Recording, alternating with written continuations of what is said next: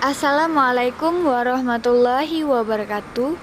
Perkenalkan, kami dari kelompok 5 ingin mempresentasikan hasil makalah kami yang berjudul Teori Biaya dalam Islam. Sebelum itu, kami akan memperkenalkan diri terlebih dahulu. Saya Afrisyati selaku moderator, dan rekan saya Saudari Puput Haryana, Saudari Aditya Claudia, dan Saudari Nadela Oktari.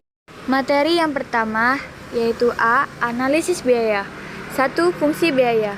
Definisi biaya dalam ilmu ekonomi adalah pengorbanan untuk menghasilkan sesuatu, baik yang berwujud uang maupun bukan. Analisis biaya berhubungan antara biaya dengan kegiatan produksi. Biaya adalah semua hal yang dikorbankan untuk menghasilkan output dalam jumlah tertentu sehingga menghasilkan sebuah keuntungan. Faktor produksi adalah biaya yang dinilai dengan uang sehingga total biaya mencerminkan jumlah faktor produksi yang dikorbankan. Pembahasan teori biaya menggunakan dua asumsi yaitu A.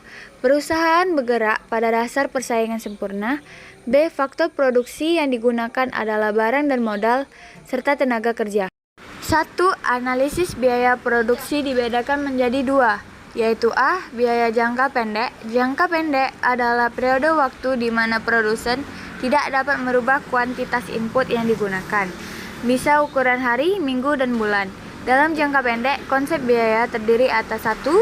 Biaya variabel total, biaya tetap total, biaya marginal, biaya tetap rata-rata, biaya variabel rata-rata, dan biaya rata-rata. B. Biaya jangka panjang. Dalam jangka panjang, memungkinkan produsen untuk mengubah jumlah semua input yang digunakan, sehingga tidak ada input tetap.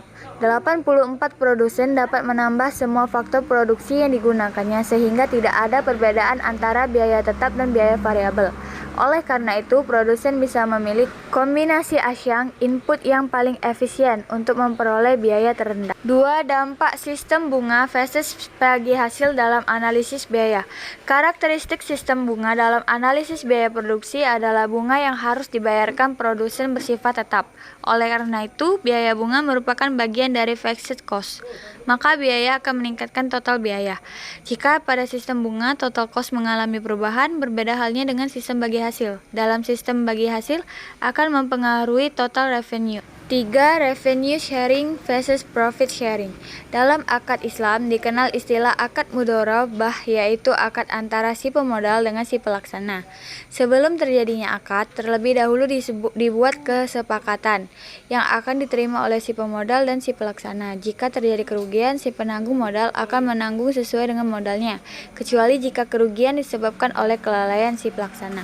Selain itu, mereka juga membuat kesepakatan tentang biaya. Bila yang disepakati adalah biaya yang ditanggung oleh si pelaksana, maka yang dilakukan adalah bagi penerimaan. Sedangkan bila yang disepakati adalah biaya yang ditanggung oleh si pemodal, maka yang dilakukan adalah bagi untung atau profit sharing. B. Maksimalisasi produksi tanpa perubahan biaya.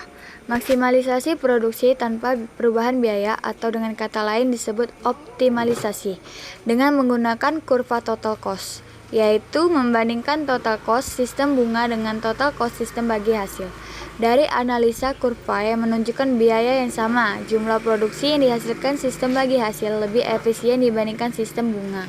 C. Minimalisasi biaya untuk produksi dalam jumlah yang sama.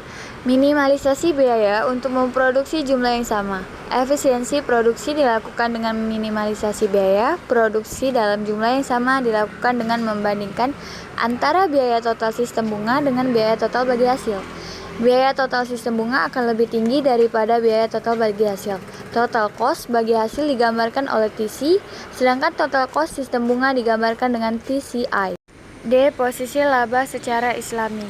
Dalam konsep Islam, penentuan posisi laba, perilaku rasional dalam maksimalisasi laba dipengaruhi oleh 3 faktor.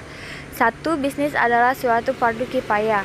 Bisnis Islam adalah serangkaian aktivitas bisnis dalam berbagai bentuknya yang tidak dibatasi jumlah kepemilikan, harta termasuk profitnya, namun dibatasi dalam cara memperolehnya dan pendahaya gunaannya karena adanya aturan halal ataupun haram. Aturan halal haram tersebut sangat diperlukan untuk setiap individu yang berhubungan dengan ekonomi. Dalam dunia bisnis terdapat beberapa istilah yang digunakan seperti jual beli maupun untung rugi. Islam menempatkan bisnis di tempat yang paling mulia.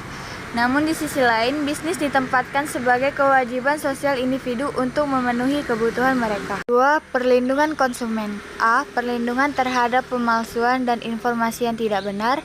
Dan B. Perlindungan terhadap hak pilih dan nilai tukar yang tidak wajar. C. Perlindungan terhadap keamanan produk dan lingkungan sehat.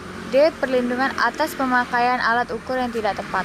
Hal ini berkaitan dengan ketepatan kualifikasi barang yang diminta. 3. Bagi hasil di antara faktor yang mendukung. Karena dalam sistem bagi hasil berpotensi untuk meningkatkan efisiensi, keadilan, dan stabilitas dalam produksi. Apabila mereka menggunakan fatwa agama dan memasukkan mekanisme bagi hasil dalam setiap kegiatan, maka maksimalisasi laba akan berjalan dengan baik. Sehingga bagi hasil menjadi lebih baik karena kedua belah pihak sama-sama untung dan tidak merugikan satu pihak. Maksimalisasi laba dan efek sosialnya. Dalam sistem Islam, keseimbangan output adalah lebih besar, harga lebih rendah, dan profit lebih besar daripada sistem sekuler. Untuk itu, kita temukan sebagai berikut. Perusahaan Islami beroperasi dengan menggunakan sistem bagi hasil. Dalam sistem bagi hasil, terdapat pembagian hasil dan resiko. Dalam perusahaan bisnis, memungkinkan perusahaan memiliki lebih banyak laba untuk resiko sama atau laba yang sama untuk resiko yang lebih rendah. Sekian presentasi yang bisa kami sampaikan. Apabila ada kekurangan, kami minta maaf kepada Allah, saya mohon ampun. Wabillahi taufiq wal hidayah. Wassalamualaikum warahmatullahi wabarakatuh.